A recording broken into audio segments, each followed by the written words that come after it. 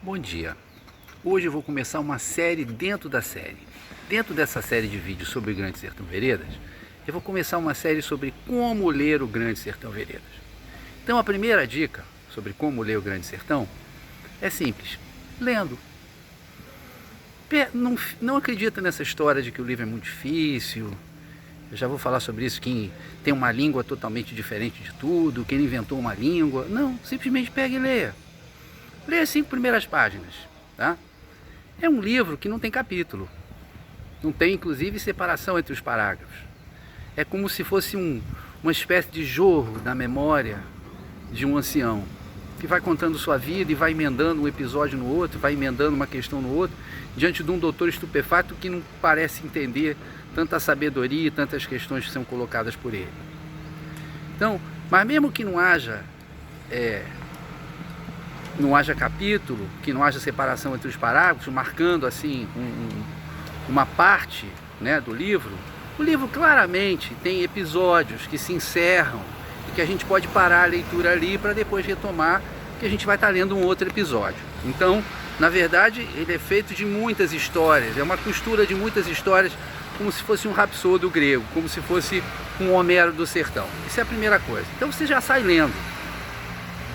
E aí, quando você sai lendo, tem muita gente que diz assim: ah, mas o Guimarães Rosa inventou uma nova língua.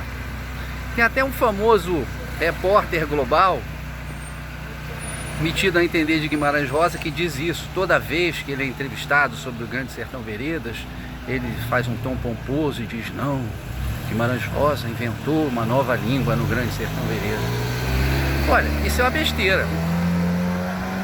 Quem está dizendo isso não sou eu, é o próprio Rosa. Ele foi acusado disso várias vezes. E ele disse claramente: eu não inventei nova língua, coisíssima nenhuma. Eu procurei utilizar toda a riqueza da língua portuguesa. Então, de vez em quando, tem palavras inventadas, é verdade. Mas mesmo as palavras inventadas, muitas vezes são palavras inventadas a partir de 2 palavras que ele mescla e que a gente entende perfeitamente pelo contexto. Então, como é que você lê Grande Sertão Veredas, né? Para resumir esse primeiro dia, essa primeira dica. Primeiro, Grande Sertão Veredas é uma grande fala, né, de alguém que está contando uma coisa. Então, como é que a gente lê uma fala? Lendo em voz alta. Leia em voz alta. Procura buscar o ritmo, procura buscar o tom, procura buscar a música da fala desse velho sertanejo. Você vai entender. Eu falando, você não entende, mas quando você pegar o livro e começar a ler, você vai perceber que ele foi feito para ser lido em voz alta. Isso é a primeira coisa, para você pegar esse ritmo. A segunda coisa é um instrumento muito simples, não precisa de computador, não precisa de nada, precisa de um negócio chamado lápis. Leia sem parar, não para olhar cada palavra que você não entende. Porque você vai ver que tem muitas palavras que você não entende e mesmo assim você vai entender perfeitamente pelo contexto. O Rosa é tão malandro que às vezes quando ele colocava uma palavra mais difícil e que era necessária para o entendimento do texto, porque nem todas são tão necessárias assim, o que ele fazia? Logo depois ele colocava um aposto que praticamente explicava a palavra, tá? Então não se incomode. Se você se incomodar muito com isso, pega esse lapisinho, coloca um asterisco em cima de todas essas palavras. Lê as 5 primeiras páginas do livro, para onde tiver uma história que está contando e que terminou, e depois você volta para o seu dicionário. Tem dicionário que você pode instalar no computador e você vai uma a uma naquelas palavras.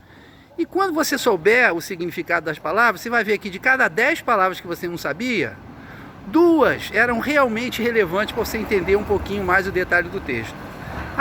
As outras 8 não faziam tanta diferença. Então não tem esse negócio de nova língua inventada pelo Rosa. Esquece essa coisa toda. Vai lá. Pega o Grande Sertão. Pode ser uma leitura que muda a sua vida. Eu estou falando sério porque mudou a minha. Obrigado. Um beijo.